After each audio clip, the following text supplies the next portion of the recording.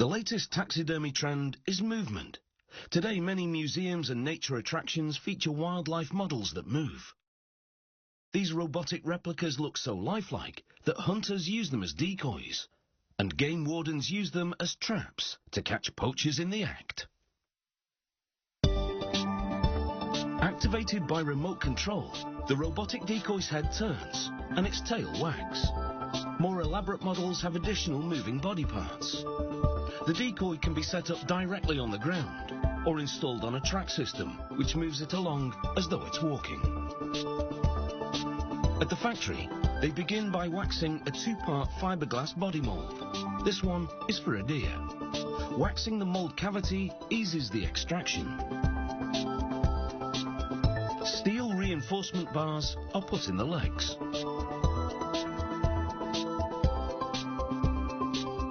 The steel sticks out of the bottom of the hooves to anchor the decoy to the ground. They apply the other half of the mold and clamp all around the perimeter, holding the two parts together. The deer's head is prepared in the same way, and a small amount of the casting material is poured in. Roughly 3 litres goes in to fill the body mold. Then the head mold is clamped on. The casting material is expanding polyurethane foam. It begins swelling immediately, and within 2 minutes it reaches full expansion, going from a liquid to a flexible solid. Over the next hour and a half, the foam cures to a hard, inflexible state, at which point they remove the clamps and extract the casting. Some foam has leaked from between the two halves of the molds and between where the head meets the body. Sanding ensures a perfect finish. Sockets for the eyes are then bored into the foam deer. The nostrils are drilled out with a mini router. The glass eyes are secured in place with wet clay. When the clay dries, the eye is set firmly in place. No faux fur for these decoys. Workers scrape any remnants of flesh off a real deer hide, then wash the hide and apply a preservative.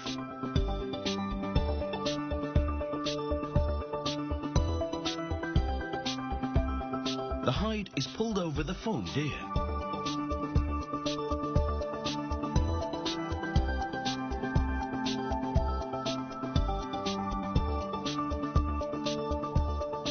The fur is snugly fitted with a combination of staples, glue and stitching.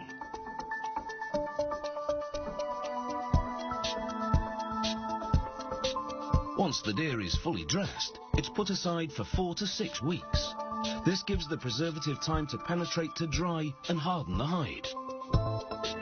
This is essential to protect against insects and prevent the hide from decomposing. The taxidermy phase of production is now complete. Now the head is removed so the robotics can be installed. These are the parts which will make the head move. The first step is to drill out a cavity inside the neck.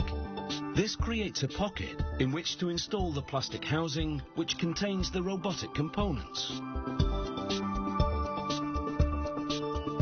First, it's a compact motor which drives this hard plastic gear.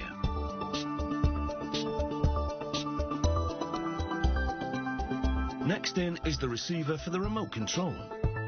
Then a AA battery pack that powers both the motor and the receiver. All this goes into the neck pocket.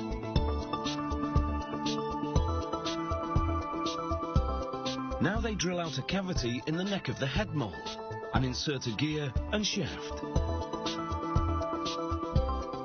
The final step is to mount the head onto the body, inserting the shaft into the gear on top of the motor.